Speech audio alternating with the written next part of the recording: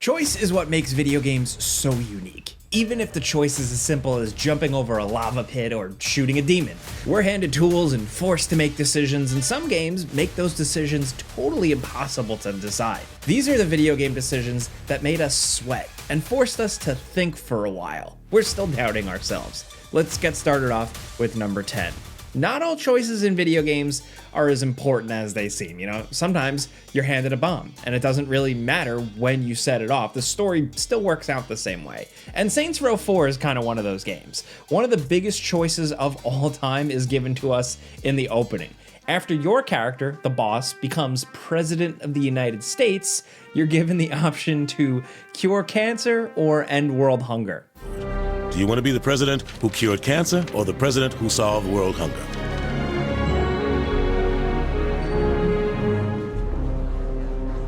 You only get to choose one, so choose very carefully. I mean, it doesn't really matter. It's too bad. The Earth just explodes within minutes of signing one of these documents. You've ended world hunger for like a grand total of 12 minutes. And even knowing that this choice doesn't matter, we're still left to ponder it anyway. It's a dumb, goofy joke decision, but you might actually sit there for a second and really try and decide. It took us a surprisingly long time for our first playthrough. Which choice offers the most good to the most people here? It's, probably best not to think too hard about it. Unlike the next choice on our list at number 9, Baldur's Gate 3 pressures you with every moment with a terrible ticking clock. Eventually, the worm in your brain, the mind flayer, is gonna transform you and your friend into monsters, and there's nothing you can really do to stop it. The entire game hangs the sword of Damocles above your head, and we're all just waiting for the blade to fall. And in Act 1, a savior appears to offer salvation. Raphael, a devil, offers to help you every chance as you progress through the story. And we're all smart here. We know that making a deal with the devil is usually a really, really bad idea, come on. But as complications pile up, plot twists appear, and party members are put through the ringer, we're finally ready to listen to what this dude has to say in Act 3. The devil is literally on your shoulder here. He's offering a hand when no one else is gonna help. For signing a little contract, he'll give you a plot-important hammer that you'll absolutely need. Defying Raphael also has serious consequences. His House of Hope is one of the most elaborate and challenging locations in the game, and his boss fight, we talked about in a bunch of other videos, is arguably one of the most difficult in the game, making the choice even trickier. Do you want to fight a battle you can't win? Maybe you're better off just taking the deal. This is one choice we agonized over, but luckily, the game chooses for us by the end. Ripping up your contract, stealing the hammer, and fighting Raphael yourself is easily the most fun option. Next at number 8, some choices are bigger than just offering items. In Nier, the game asks you to sacrifice something much more tangible. After repeating the story of Nier multiple times, you'll reach a final choice. The game is going to ask you to delete your save file to save one of your friends. You'll disappear from this world. Your sister, your friends, everyone in your life will forget you. You and any sign that you ever existed will be erased. But in exchange, Kaine will return to her mortal life. This is one of the cruelest choices we can think of in any game, because a save file isn't just a save file. A save file is like our connection to the video game, man. It's proof that we played and a marker for the time we spent. Like, a save file is personal, man. It's usually like untouchable territory. A save file is both, kind of meaningless, but also deeply meaningful at the same time. It's the sort of thing we don't think about until we lose it. Nier is one of the biggest games to ever ask us to sacrifice our save. You'll need to run through the same scenario multiple times, learning the strange gestalts and discovering that the story isn't as straightforward as it seems. In the end, the only way to rescue your friends Kain and your family Yona is to sacrifice yourself, and the only way to do that in this game, yes, is to delete your save file. It's a supremely bittersweet ending, and one that interestingly pays off in a new way in the Nier Replicant remake. In the remake, there's a hidden fifth ending, one that is only possible after you delete your save file. So this is one sneaky game that retains data even after saving your game, because it will restore your last save if you progress through that fifth hidden path. For years and years, you really did have to sacrifice your save. In Nier Replicant, it's quietly beautiful that you'll get a second chance with your lost friends.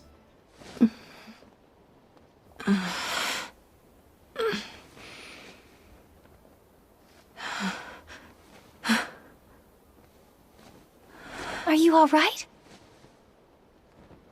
Yona? It was you, the one who helped me, I mean. Wasn't it?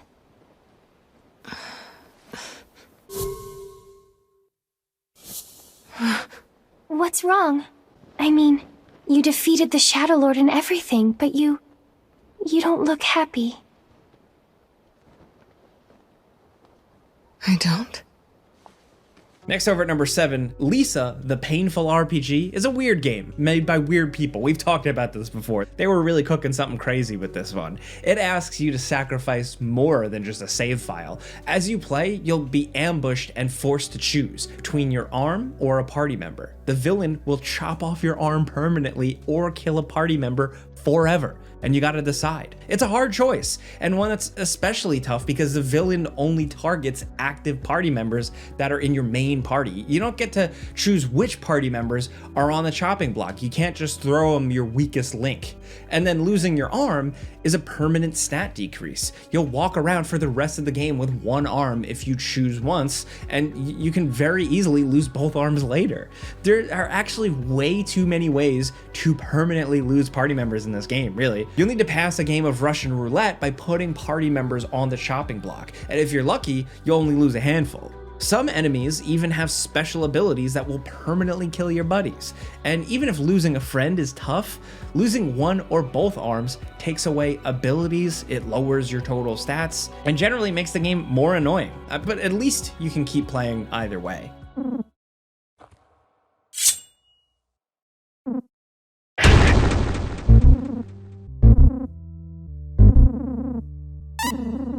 Next, over at number 6, the Beast is the rampaging threat you have to overcome to save humanity and stop this burning monstrosity from wiping out the human race. This is introduced like right in the beginning of Infamous 2, and it's just awesome. They show you images of this tall figure as he cuts a swath of destruction down the east coast of America, and you know that beating the Beast once he finally gets to you isn't gonna be easy.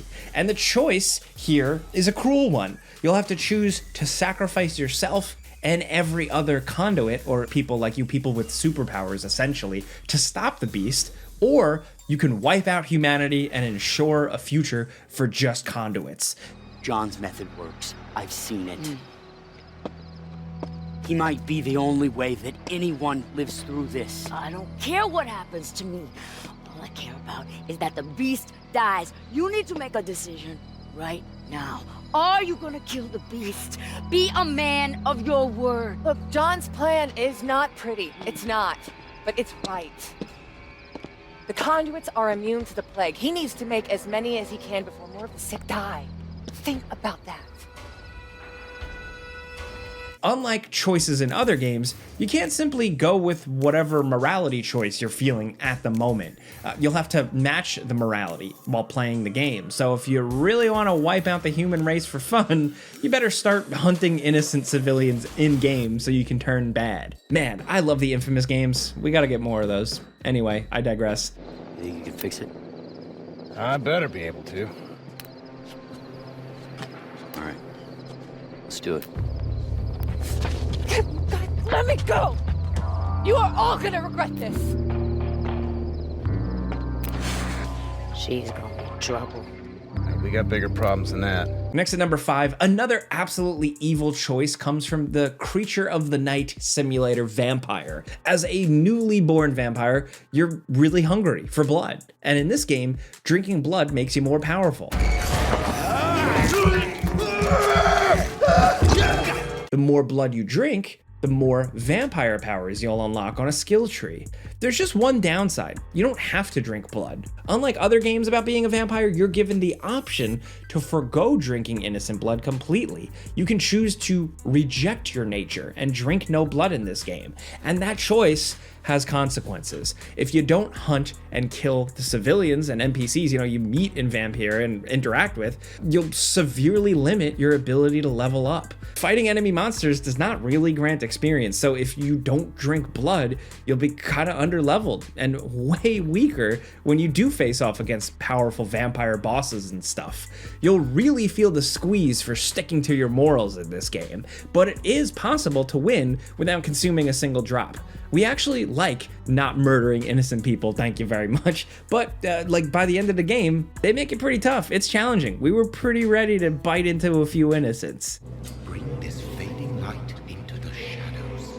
Dance with him the dance of life and death.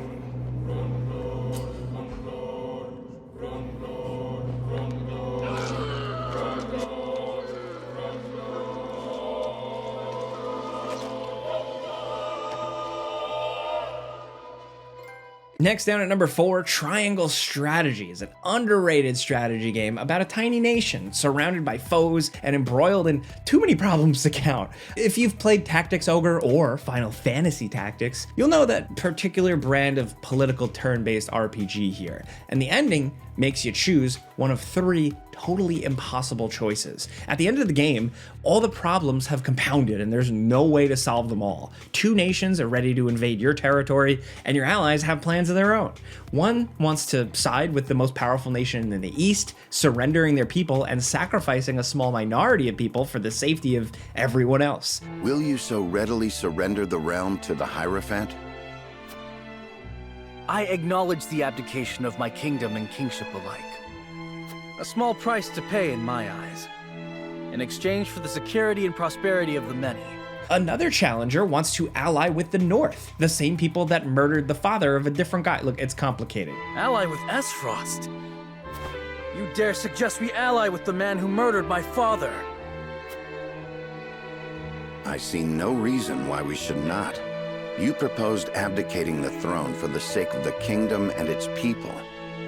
So you should have no trouble putting aside your own feelings and judging this matter dispassionately. I cannot believe my own ears. I will not have you lecture me on feelings when it is not your father he murdered. And then the last choice is all about leading the enslaved masses to a legendary place called Centralia. There is another way. And what, pray tell, would that be? We set out alongside the Roselle in search of Centralia. Centralia is a myth. No one choice solves all your problems, and all are imperfect solutions. So imperfect that you'll permanently lose some of your biggest allies. There are major characters you've relied on for dozens of hours of gameplay here, and then they'll leave without a thought. Your choice at the end of Triangle Strategy determines your ending. And while there is a secret 4th ending, there is no way you'll see it without reading a guide and looking it up. Basically, for any normal player, you're giving up at least one of your best party members no matter what.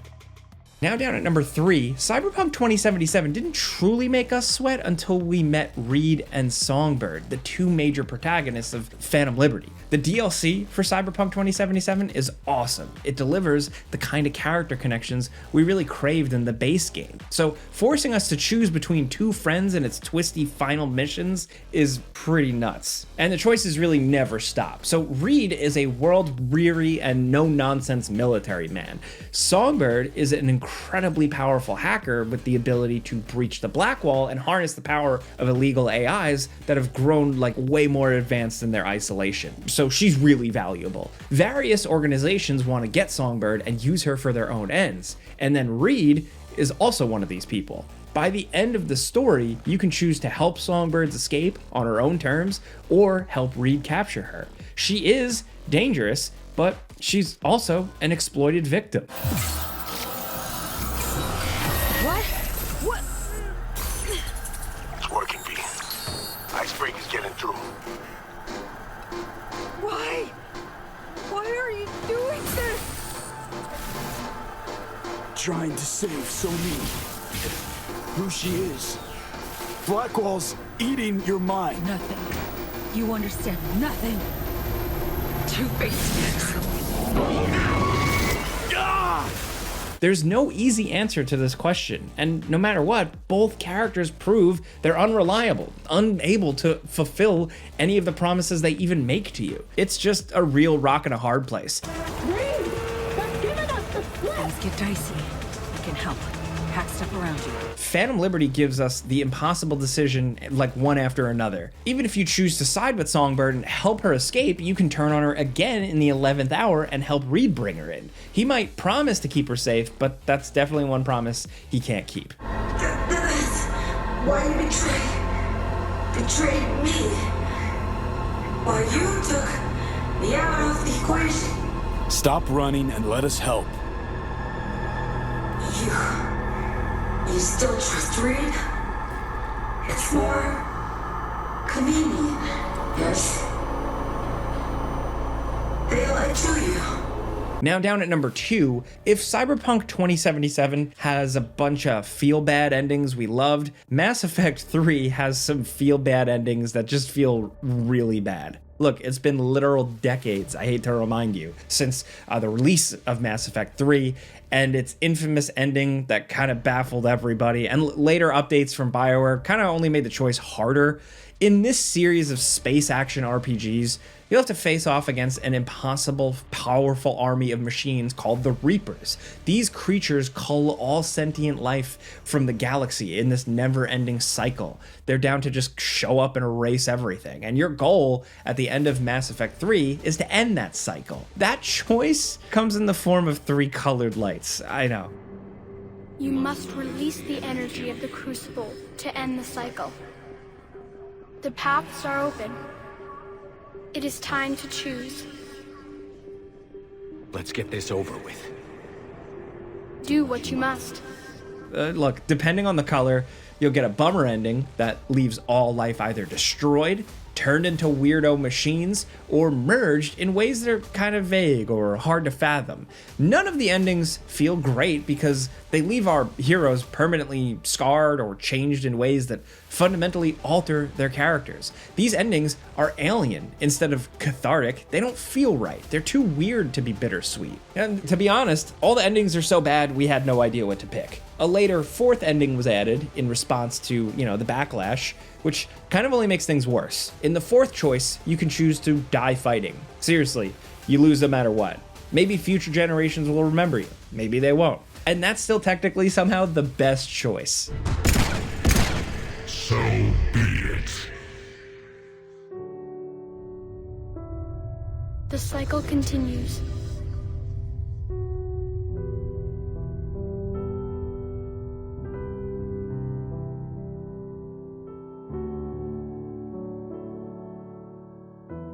Now down at number 1, Fallout New Vegas had to just go and make the wasteland all complicated here. One of the most beloved Fallout games to some forced us to confront our decisions, and the Vault 34 side quest is one of the most memorable in the game because there are no easy answers. During the quest Hard Luck Blues, you'll learn about a dangerous radiation leak in the water. Now, a group of New California Republic sharecroppers are struggling to get anything to grow. Well, crops aren't doing so well. I'm thinking it might be something in the water. The pump station is pretty run down. You could go take a look around the place, see if you find anything strange going on. What do you say? And then the source of danger is an incredibly irradiated abandoned vault in the mountains. The pumping station is siphoning groundwater and the vault is contaminating it. The vault itself is, of course, full of ghouls, so shooting your way through and deactivating the source of the problem is no problem. No morally questionable actions required. Shoot the zombies, save the farmers, right? It looks that way until you reach the bottom level and realize that not everyone in Vault 34 is actually dead. The vault is packed with dwellers trapped beneath the water level. Disabling the radiation leak will seal the citizens underground, dooming them forever. But if you want to save the vault dwellers, you'll leave the radiation vents open, dooming the sharecroppers on the surface. Both groups are totally innocent. both choices are good and bad. And while you don't get to talk to the trapped vault dwellers during the mission, if you choose to save them, the rescued civilians will leave the vault and make camp at a nearby location where you can visit them, making their rescue all the more tangible. We still don't know what choice to make. We'll probably never know. Fallout New Vegas with stuff like this is just that good. Now, those are 10 decisions in games that made us pause, sweat, and question why we wanted to have choices like this in video games in the first place. So what choices would you make in these scenarios? Let us know in the comments. We'd love to hear from you. If you got any other big ideas for big decisions in games, let us know, because we love to make follow-ups to all of our videos. But if you like this video, clicking the like button is all you gotta do. It really helps us out. We put out videos every single day. But as always, thanks for watching, and we'll see you guys next time.